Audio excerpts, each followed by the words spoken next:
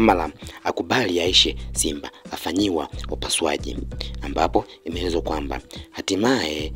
Musa Kamara amekubali mambo ya aishe. Ndio kipa namba 1 wa Simba Sport Club Musa Kamara amenyosha mikono na kusitisha mgomo aliokuwa nao, akimalizana na mabosi wa klabu hiyo kwa kukubali kwenda kufanyiwa upasuaji wa goti lake utakaofanyika nje ya nchi. Kamara alikuwa hataki kufanyiwa upasuaji tangu afanyiwe vipimo vya goti lake, kisha madaktari kupendekeza tatizo lake linahitaji kupigwa kisu ili aweze kuwa sawa sawa, lakini haikuwa rahisi kukubali na uamuzi huo. Ila safari hii imeelezwa kwamba Musa Kamara ameweza kuamua kunyosha mikono na kuamua kukubali kwamba hayupo tayari sasa kuweza kufanyiwa vipimo, na sasa ameshafanyia vipimo, ambapo kwa mjibu wa jopo la madaktari ambao walikuwa wanamfanyia vipimo, walimfanyia vipimo Musa Kamara na kudai kwamba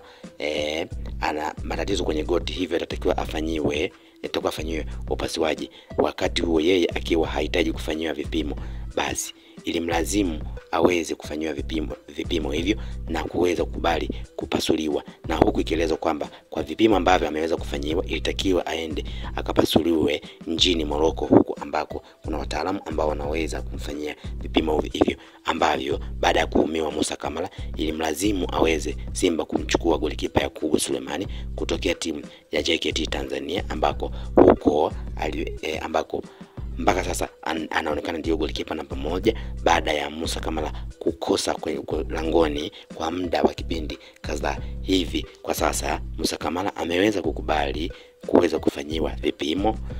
kufanyia vipimo, lakini na kuweza kukubali kupasuliwa goti hilo ambalo lilikuwa linamsumbua baada ya kuweza kuwagomea kwa muda mrefu, akihofia huenda akifanywa upasuaji anaweza kukaa kwa muda mrefu zaidi bila kuwa langoni. Lakini kwa sasa Musa Kamara amekubali na muda wote anaweza kuwa